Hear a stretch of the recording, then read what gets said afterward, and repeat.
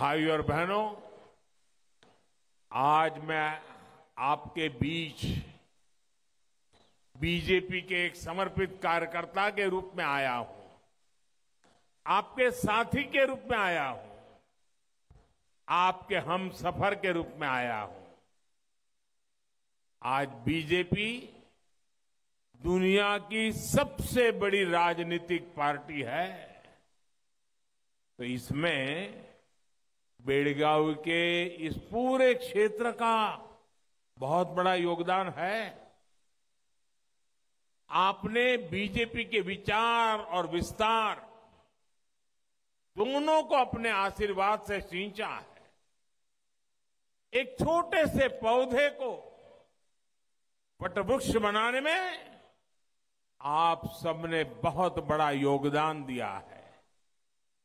आज मुझे यहां अनेक वरिष्ठ साथियों की याद आना बहुत स्वाभाविक है। उनके अथक परिश्रम से ही भाजपा आज यहां पहुंची है। आज जब डबल इंजन सरकार है, तब भी अनेक वरिष्ठ साथी दिन रात मैदान में डटे हैं।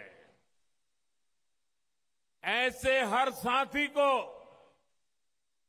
उनके पुरुषार्थ को, भाजपा के लिए उनके समर्पण को, उनकी तपस्या को आदरपूर्वक नमन करता हूं। साथियों, कर्नाटका में ट्रेडिशन भी है और टेक्नोलॉजी भी है। यहां स्टार्टअप और संस्कृति एक साथ सशक्त होती है।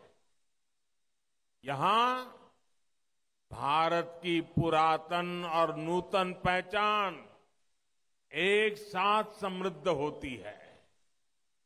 ये डबल इंजन से होने वाले विकास का अद्भुत मॉडल है। भाजपा ने हमेशा जन सेवा को राष्ट्र सेवा माना है, जनता को जनार्दन का रूप माना है। आज जब बेलगावी आया हूं, तो आपके बीच इसी भाव के साथ आया हूं। 10 मई को आपको कर्नाटका को देश का नंबर 1 राज्य बनाने के लिए वोट करना है। 10 मई को आपको कर्नाटका में डबल इंजन सरकार की वापसी के लिए वोट करना है। और साथियों, मैं कर्नाटका के एक सेवक के रूप में कर्नाटका के लिए बहुत कुछ करना चाहता हूं। आप मेरा साथ दोगे ना? आप मुझे आशीर्वाद दोगे ना? मेरे लिए कर्नाटका बहुत महत्वपूर्ण राज्य है और इसलिए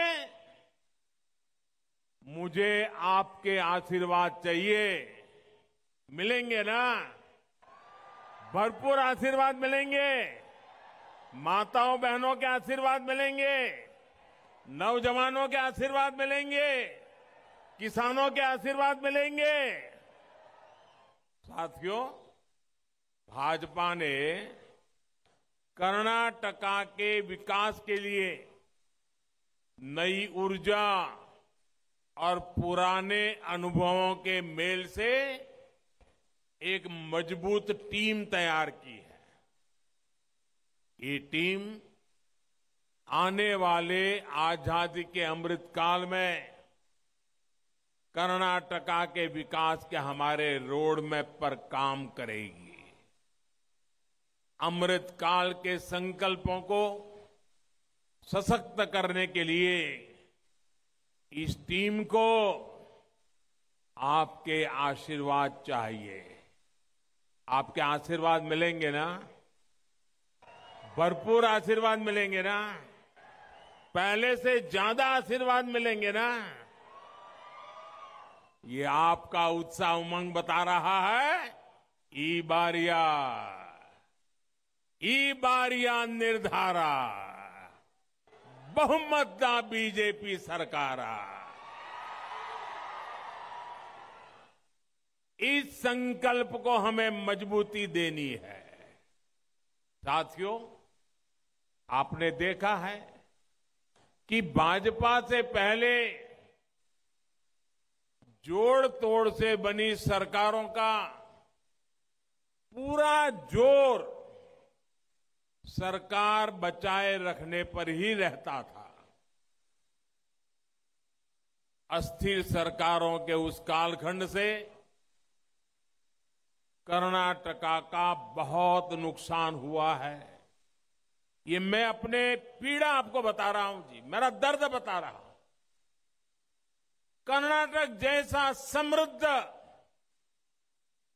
महान परंपरा वाला राज्य राजनीतिक अस्थिरता के कारण, खरीद बेच की राजनीति के कारण यहां के नौजवानों के सपने चूर चूर हो गए। और इसलिए कर्नाटका को सबसे पहली जरूरत है वो एक स्थिर राजनीतिक दल, एक मजबूत बहुमत वाली सरकार, पूर्ण बहुमत वाली सरकार। कर्नाटका को विकास की नई ऊंचाइयों पर ले जाने के लिए भाजपा ही एक स्थिर और मजबूत सरकार दे सकती है। साथियों, भगवान बसवेश्वर हमारी आस्था के केंद्र में है। उन्होंने ऐसे कालखंड में मानवता को लोकतंत्र और सामाजिक न्याय का रास्ता दिखाया, जब चारों तरफ इन मूल्यों के प्रति अंधकार दिखता था। साल 2014 में जब आपने हमें सेवा का अवसर दिया, तब भी देश में भ्रष्टाचार की, हिंसा और अराजकता का चारों तरफ अंधकार ही अंधकार था। पिछले 9 वर्षों में भगवान बसवन्ना की सीख पर चलते हुए हमने सबका साथ, सबका विकास पर बल दिया। आप याद कीजिए, कांग्रेस के करप्शन काल में गरीब, दलित, वंचित, पिछड़े, आदिवासी, हर कोई अपने हक से वंचित था। सस्ते राशन की योजना लंबे समय से हमारे देश में थी, लेकिन कांग्रेस के करप्शन काल में लाभार्थी को राशन, गरीब के पेट का राशन, वो भी पूरा नहीं मिलता था। इस अन्याय का सबसे बड़ा भुक्तभोगी हमारे एससी, एसटी, ओबीसी, इन्हीं समाज के हमारे भाई बहन इसके भुक्तभोगी थे। डबल इंजन सरकार ने इस अन्याय को दूर किया। आज कर्नाटका के लाखों परिवारों को पूरा राशन मिल रहा है, मुफ्त राशन मिल रहा है। साथियों, कांग्रेस के करप्शन काल में गरीबों के घर तक में घोटाले ही घोटाले होते थे। इसका बहुत बड़ा नुकसान भी हमारे दलित, आदिवासी, पिछड़े, एससी, एसटी, ओबीसी इन समाज के लोगों को उठाना पड़ा। इस अन्याय को दूर करने के लिए हमारी सरकार ने कर्नाटका के गरीबों के लिए 7 लाख घर स्वीकृत किए हैं और ये काम तेज गति से चल रहा है। और मैं मेरे हर गरीब परिवार को कहना चाहता हूं, जिसके पास अपना पक्का घर नहीं है, उनको मैं कहना चाहता हूं कि जिस तेजी से काम चल रहा है, आपकी बारी भी बहुत जल्दी आ जाएगी। उनको भी पक्का घर मिलेगा। साथियों, हमारे देश में बहुत बड़ी संख्या में बंजारा समुदाय, गुमंतु, अर्धगुमंतु समुदाय है, लेकिन कांग्रेस ने कभी इस समुदाय की भी सूध नहीं ली। केंद्र में हमारी सरकार बनने के बाद ही इस समुदाय के लिए विशेष कल्याण बोर्ड का गठन किया। यहां कर्नाटका में भी बंजारा, लंबानी समाज के लाखों साथी रहते हैं। हजारों लोग तांडा बस्तियों में रहते हैं। इतने दशकों तक कांग्रेस की सरकारें रही, लेकिन इनकी मदद के लिए कांग्रेस ने ठोस कदम नहीं उठाए। उनका जीवन बदलने के लिए बड़े फैसले, स्थायी कदम डबल इंजन सरकार ने ही उठाए। हजारों परिवारों को उनके संपत्ति के हक्कू पत्र बीजेपी सरकार ने ही दिए। हजारों तांडा बस्तियों को, कुरुबा हट्टी को हमने राजस्व गांवों की पहचान दी है। ऐसे कदमों से बिजली, पानी, गैस, घर, ऐसी अनेक सुविधाओं का इन साथियों तक पहुंचना आसान हो पाएगा। साथियों, बीजेपी पूरी ईमानदारी से गरीब के लिए, बंजारा समुदाय के लिए, दलितों, पिछड़ों के लिए पूरी समर्पण भाव के साथ काम कर रही है। और मैं देख रहा हूं, मेरी बंजारा समाज की माताएं, बहनें हमें आशीर्वाद देने के लिए बहुत बड़ी तादाद में आज आई हैं। मैं आपको प्रणाम करता हूं।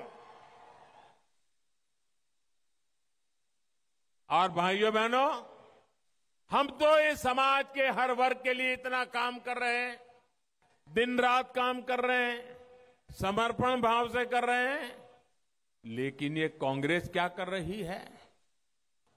कांग्रेस कभी नहीं चाहती कि आपका उत्थान हो, आपका विकास हो। इसलिए कांग्रेस एक ही काम कर रही है, मोदी को गालियां दो। आए दिन मोदी को गालियां देना, बस यही काम।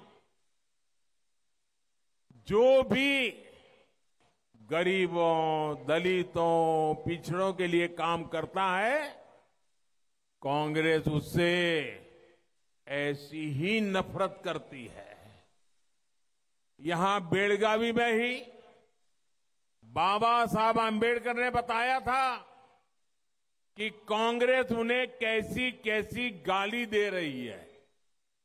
बेलगावी में कहा था बाबा साहब ने खुद ने, कांग्रेस ने बाबा साहब को क्या नहीं कहा था, आप सुन करके हैरान हो जाओगे। ये कांग्रेस तब से ऐसी है। क्या कहा था कांग्रेस ने बाबा साहब को? देशद्रोही कहा। कांग्रेस ने बाबा साहब को असुर कहा। कांग्रेस ने बाबा साहब को कठपुतली कहा।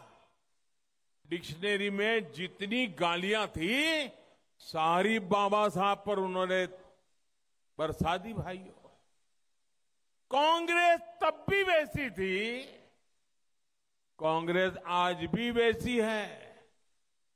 साथियों, जगत गुरु बसवेश्वरा ने जाति और पंथ के नाम पर होने वाले भेदभाव का विरोध किया था। भक्त कनकदास ने सामाजिक सद्भाव का संदेश दिया और जाति के नाम पर आपस में ना लड़ने की सीख दी। महाकवि कुवेंपु ने कर्नाटका के नाड़ गीते की रचना की। इसमें उन्होंने कर्नाटका को सर्वजनांगदा शांतिया तोटा, यानी समाज के सभी वर्गों का सुंदर बगीचा बताया था। समाज के अलग अलग वर्गों से आने वाली सभी महान हस्तियों ने समानता और एक दूसरे को सम्मान देने की ही सीख दी है। लेकिन साथियों, ये बहुत दुखद है कि इतने महान लोगों की धरती पर कांग्रेस के कुछ नेता दूसरों को गाली देने का ही काम करते रहते हैं।